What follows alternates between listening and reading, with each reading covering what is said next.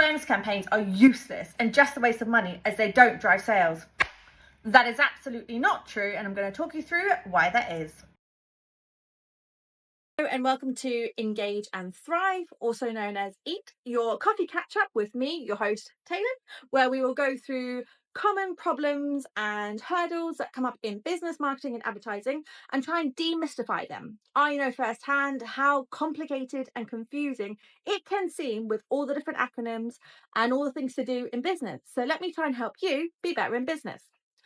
First things first, let's start with grabbing a coffee. To myth bust this, brand awareness campaigns or brand awareness activity is often misunderstood because you can't always necessarily directly, immediately feel the impact of it. But without awareness, there's no trust. And without trust, there's no conversions and sales. So people talk about a customer needing, on average, 8 meaningful touch points. So that's touch points and interactions with your brand before they make a purchase. At 8 is an average. Some of the research is actually showing that nowadays with our attention span with social media, you may need as many as 29 interactions and touch points with the brand before you would purchase. So don't forget, a lot of this comes down to your industry, your product or service, your stage of your business, etc. But if you just think about that original statistic of 8 touch points, hopefully this will start laying the foundations of understanding why you would need brand awareness. As always, let's go through vocab. The first one being TOF, top of funnel. So this is where awareness is created. And we'll go further in details about what is awareness. I'm also going to link in the show notes an episode that I covered off talking about different phases of the funnel. The next one is active customers. So these typically are people that are looking for your product or service, or may even be aware of your brand already, may know of you, may have heard of you, but are actively engaging in content in and around your product or service, which on the opposite is passive customers. So these are people that are not actively engaging with your product or service or even your brand, and may not even be aware that your brand exists, but may be interested or in the market for your product or service. CPA, cost per acquisition, does what it says on the tin. The cost to acquire one customer. CX, customer experience. So the interaction and touch points a customer has with your brand. So not only on your website. SOV, share of voice. So this is the percentage of the market that your brand has a voice in, so compared to your competitors. Number one, what is brand awareness? So brand awareness is how well your brand is recognized or remembered. Doesn't mean you have to be running any ads, doesn't mean you have to be talking about activity on social. It's just, if you had to stop someone and ask them about your brand, would they know who your brand is or what you are and what you do? Now, I lightly touched on this in the myth busting, but brand awareness is really about laying the foundation of your brand. So if you're thinking about, you are planting some seeds and then letting them grow and then reaping the rewards and harvesting them. That is exactly what brand awareness is about. So laying the foundation, creating that awareness, creating that trust, building that credibility with your community or audience, or even just creating an audience about your brand. Now, your brand awareness activities should actually be the business as usual. This should be the constant drumbeat, heartbeat, whatever you want to say about your business. So that constant reiteration and reinforcing your messaging. Because at the end of the day, you want to be front of mind when someone is looking for your product or service. Now, if you go back to that statistic of 8 meaningful touch points, that is 8 meaningful touch points to get someone to buy. That's likely to be for an active customer. Now, if you're thinking about a passive customer, they on average take 12 to 18 months to convert. So their average touch points and interactions are going to be more than 8. So again, if you're thinking about your branding and your messaging going out there, and at any given point in time of a customer journey of how they may come across your brand, this is not just about putting an advert out there and having an advert to target people with paid media.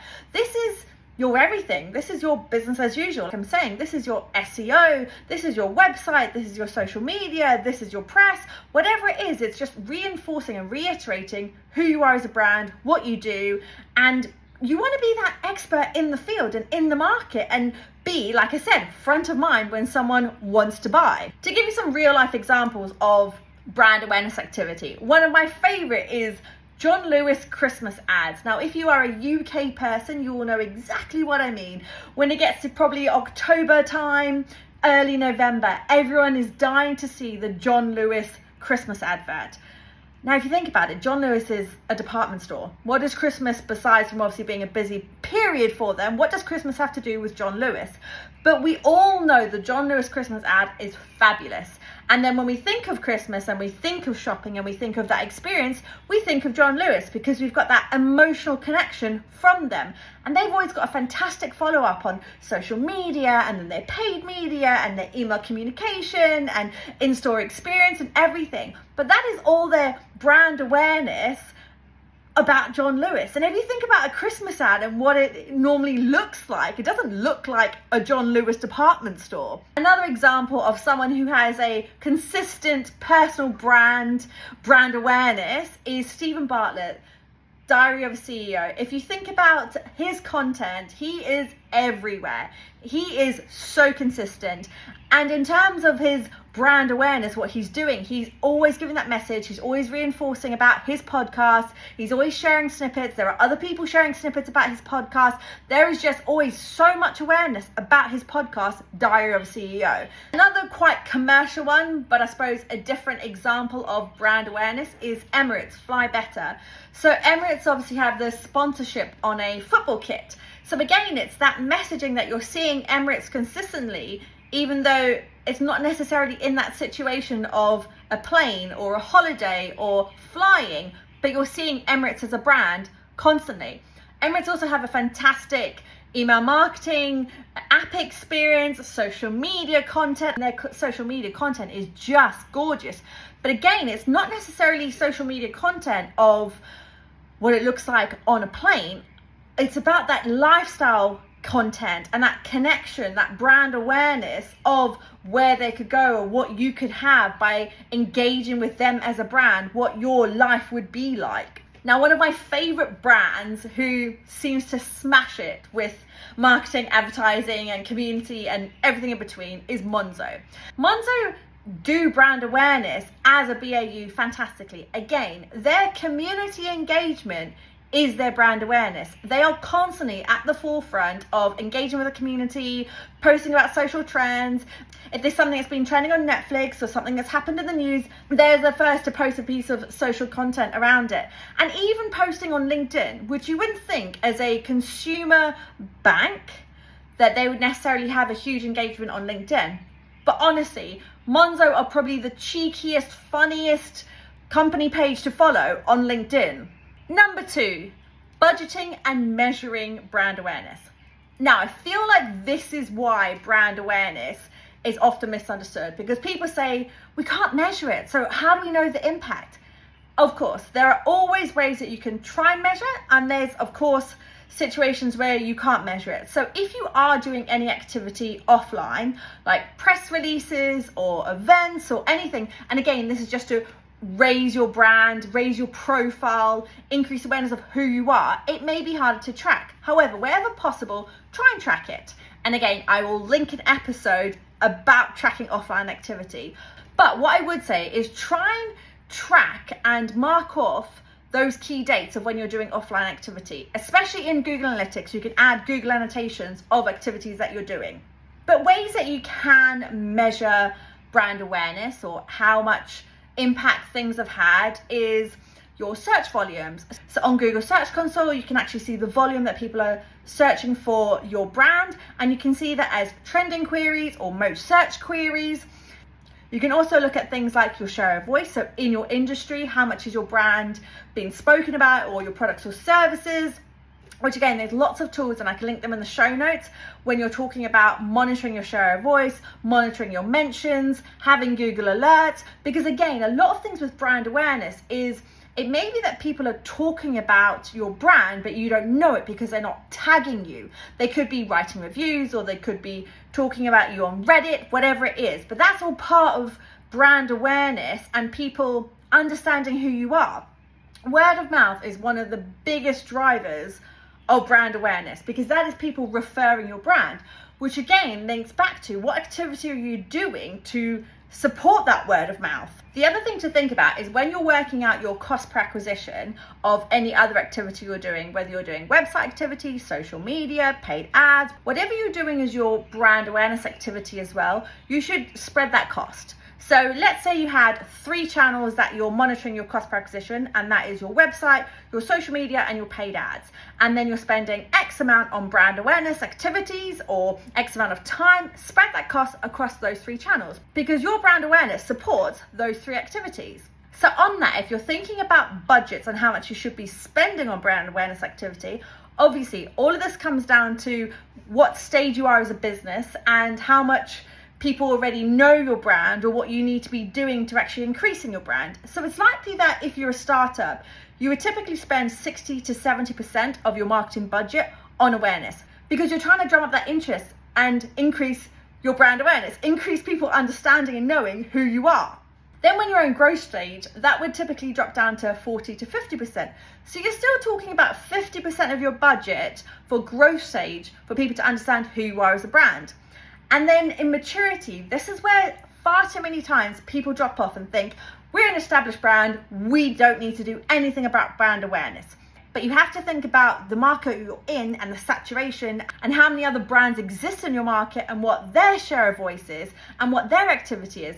So again, typically you want to be thinking about at least 20% of your marketing budget should be going on brand awareness activity, which you could be using the same percentages when you're thinking about percentage of time for marketing activity and what you should be doing with your time, how you should be engaging with different activities to build awareness.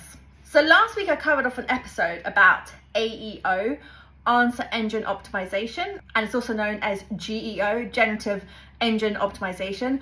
Essentially, the way that search is evolving into AI chatbots and AI optimization, one thing to bear in mind with all of this and the evolution of how people are going to be searching to find places, product or services, and using the likes of ChatGPT and Gemini is that everything is organic. You can't pay to rank in a chatbot. You can't pay to appear in ChatGPT. All of those AI chatbots are actually drawing information from what exists as you as a brand, as your reputation, which again, all comes back to understanding you as a brand. So if you don't have any brand awareness activities, how are they going to know who or what you are as a brand and what you stand for? If you don't exist in that digital ecosphere already, it's going to be even harder to get cited by AI. And finally, number 3, brand awareness is a long-term strategy. So obviously, as I've mentioned, you need to be thinking about that percentage allocation of budget and of time to constantly be doing BAU, brand awareness activity, okay? Because you need brand recall, that brand recognition. You want to be front of mind for customers, active or passive, at any given one point in time. How do you make sure that they are always thinking about your brand? And they might not necessarily be at the stage of buying themselves, but actually how could they potentially refer you as a brand? So they may be saving up to buy your product or service, or they may have just seen a lot of good news stories and information about you and know someone who might need your product or service. So this is where you want to think about tactics like retargeting. So any brand awareness activity that you're doing, how could you retarget those people if they have engaged with your brand? Because again, going back to the original myth bust about an average of 8 touch points, so you need to think about 8 different ways of engaging, meaningful engagements, remember, with one customer. Again, completely comes down to your industry, where you are as a business. Hopefully we're not all at the 29 touch points, but thinking of 8 different ways of how you're engaging with a person to get them to buy or referring to buy your product or service. And as I already obviously touched on about measuring brand awareness, it can be harder to measure it, but wherever possible, try and get that measurement. And if all else fails, try and do recall data. So it's likely you've seen this on a form where there's a drop down. How did you hear about us? Find us on Google, saw us on social media, or you maybe asked us on the phone, or if you're in store, people may say, how did you find out that we existed or this new location? And just try and use those touch points to then build back on activity to increase more awareness.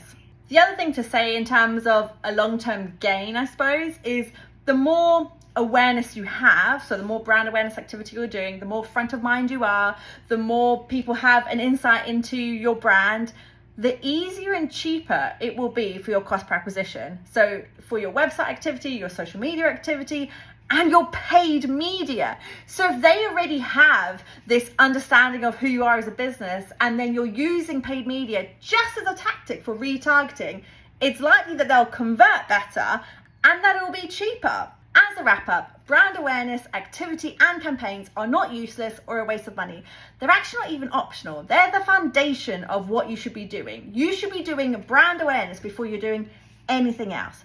Because like what it says on the tin, awareness of your brand. And as I said in the myth busting, if you don't have that awareness of your brand, how are you going to get those conversions? Thank you for joining me for another episode of Engage and Thrive with your host Taelon, and see you next week.